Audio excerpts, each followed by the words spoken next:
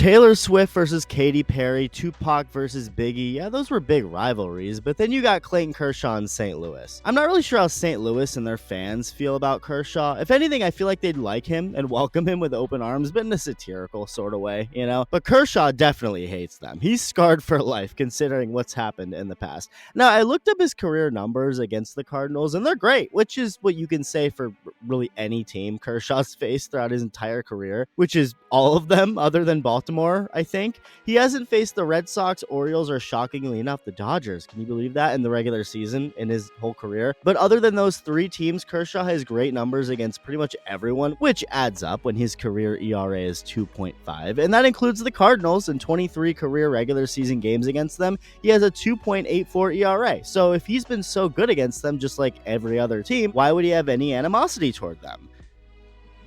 Because the playoffs exist. Kershaw's first two postseason starts against the Cardinals went well, actually. Go back 70 years ago to 2009. Kershaw's first ever playoff start, ironically, was against the Cardinals. So he comes out and doesn't dominate necessarily. He gave up 9 hits, but his overall line was solid. Only 2 runs allowed pitching into the 7th inning in a game the Dodgers came back to walk off in the 9th later. So he wasn't credited with the win, but he was good. Dodgers swept that series. All is right in the world. 4 years later, it's 2013. Kershaw takes the mound in St. Louis for Game 2 of the NLCS and dominates. 6 innings, only 2 hits allowed, 1 run. He was great. Only issue is so was Michael Wacha on the other side. Dodgers didn't do shit offensively. They lose 1-0.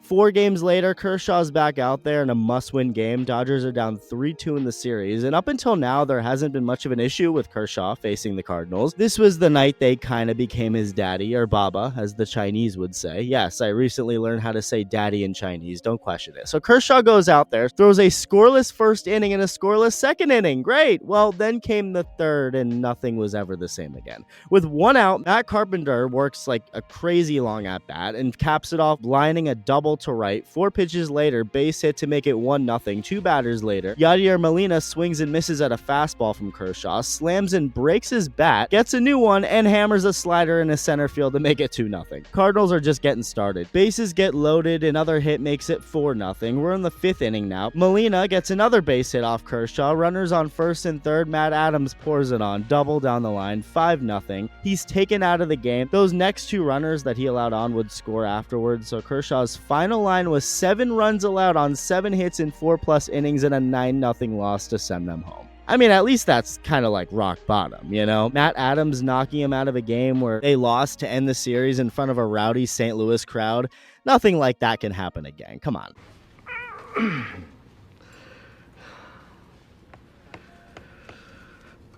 What? Nothing. Okay, all right. See you later. All right.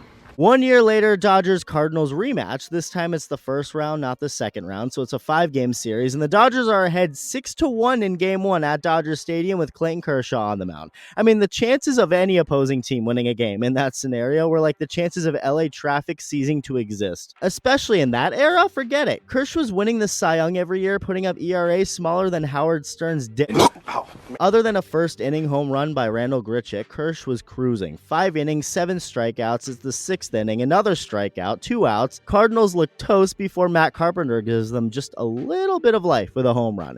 It was still 6-2 though, and the next hitter would pop out, so like whatever. Then came the 7th. Base hit. Base hit. Base hit.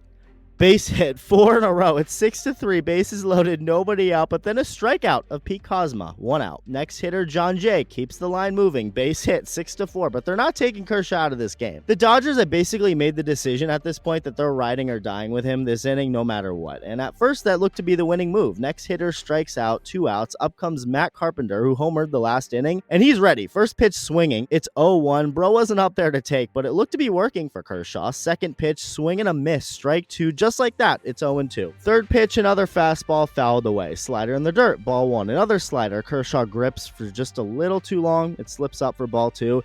He goes back with the fastball right over the plate. It's fouled back. He does the same with a slider over the plate. Carpenter just staying alive. Who will win this battle? Kershaw goes back with another fastball, and Carpenter is all over it, slamming it off the bottom of the wall in right center. All 3 runs score. Cardinals have come all the way back to take the lead. Very fitting for the Cardinals to have a guy named Carpenter, by the way, and he was on their team for a long time. They even had a pitcher named Carpenter too at one point. Jesus would be very proud. But anyway, Kershaw soon gets taken out before Matt Holliday goes deep for a 3-run shot, 9 unanswered runs for the Cardinals. Kershaw gets hit with 8 earned. So 7 earned runs in a must-win game the year before, now 8 earned to blow a 6-1 lead. And after all that, Kershaw got another chance to redeem himself. It's game 4 now, and it's a must-win game in St. Louis, and Kershaw looked much better, doing exactly what a Cy Young Award winner does. He strikes out the side in the first, double play to take away a leadoff walk in the second, before another strikeout, 2 groundouts in the third before yet another K. That's 5 through 3 hitless innings. He gets his 6th in the fourth. That's 4 scoreless. He keeps it rolling in the 5th. Then the Dodgers offense got to work. They put up 2 runs, so now he has the lead. And what does Kershaw do with that lead? Strikes out the side again. Sit down, see ya. That's 9 strikeouts, 6 shutout innings. He's rolling along. A man on a mission, forcing this series back to LA. Matt Holliday leads off the 7th and doesn't hit this ball all that hard, but just placed well enough up the middle for a leadoff single. Next up, Johnny Peralta hits this inside fastball, and like Holliday, not that hard, a line drive just over the reach of Hanley Ramirez at shortstop. It touched his glove. So 2 on, nobody out. Nobody's hit the ball hard yet, though. And considering how these first 6 innings went, Kershaw can definitely get out of this.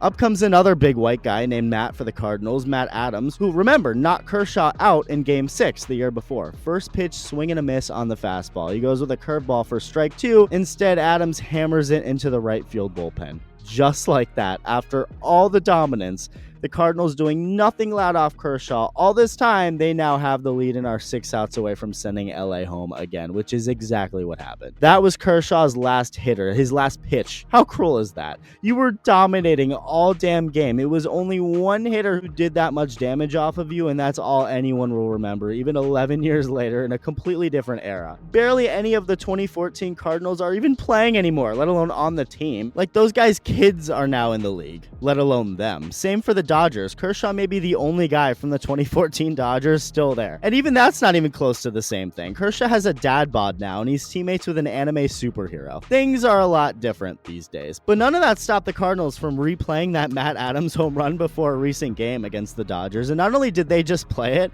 they had that thing on a loop for several minutes before starting lineups were announced. Kershaw was not happy about it. Credit to him, he did pitch well in this game, especially with where he's at in his career and the struggles he's had to start a 2025 season that was already delayed for him to begin with because of injuries. He threw 5 innings, gave up only 1 run, and struck out 7 hitters, getting his first win of the season. So there you go. But after the game, when asked about the Cardinals playing that Adams home run on a loop, Kershaw gave a pretty blatant answer, saying it's a little bush league, but I won't expect anything else from these guys, so it's no worries.